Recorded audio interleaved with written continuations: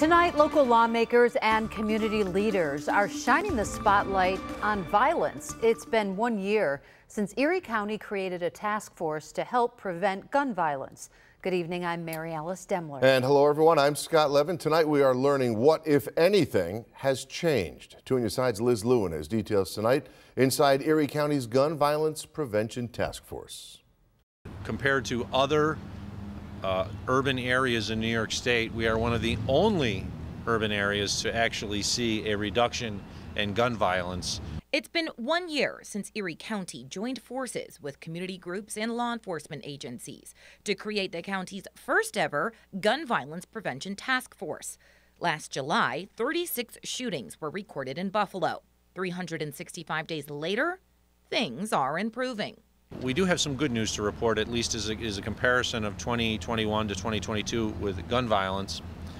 And that is a reduction during the first 3 months of the year in the number of shootings, the number of individuals who are shot using guns, as well as the number of victims of gun violence. The task force has met bi-weekly for the past year, focusing efforts on 6 major concerns, including decreasing gun violence among youth, increasing funding for anti-gun violence programming, collaborating with law enforcement to reduce illegal firearms, providing more anti-gun violence education, advocating for policies that improve mental health and health in minority communities, and supporting more local, state, and federal anti-gun violence initiatives.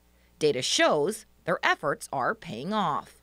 And in the city of Buffalo, there were 63 shooting incidences in the first 3 months of 21, and there were 39 shooting incidences in the first 3 months of 22. Comparably speaking, gun-involved violence elimination program data, also known as GIV, shows neither Rochester nor Syracuse saw drastic reductions in the number of shootings during that same time frame.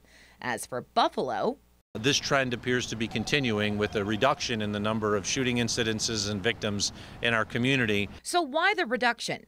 The task force notes several successes, including an increase in funding to the GIVE program, more collaboration with law enforcement, and expanding the 2021 Summer Youth Employment Program into this summer, helping 73 additional at-risk youth invest in their future, something Murray Holman and Stop the Violence Coalition say is very important. We have kids, youth that's working in our community right now, not just picking up paper in our community, but learning trades, financing, learning how to put the gun down. We have kids that's ready to say we're going to change the mindset of this data and we're going to make it work.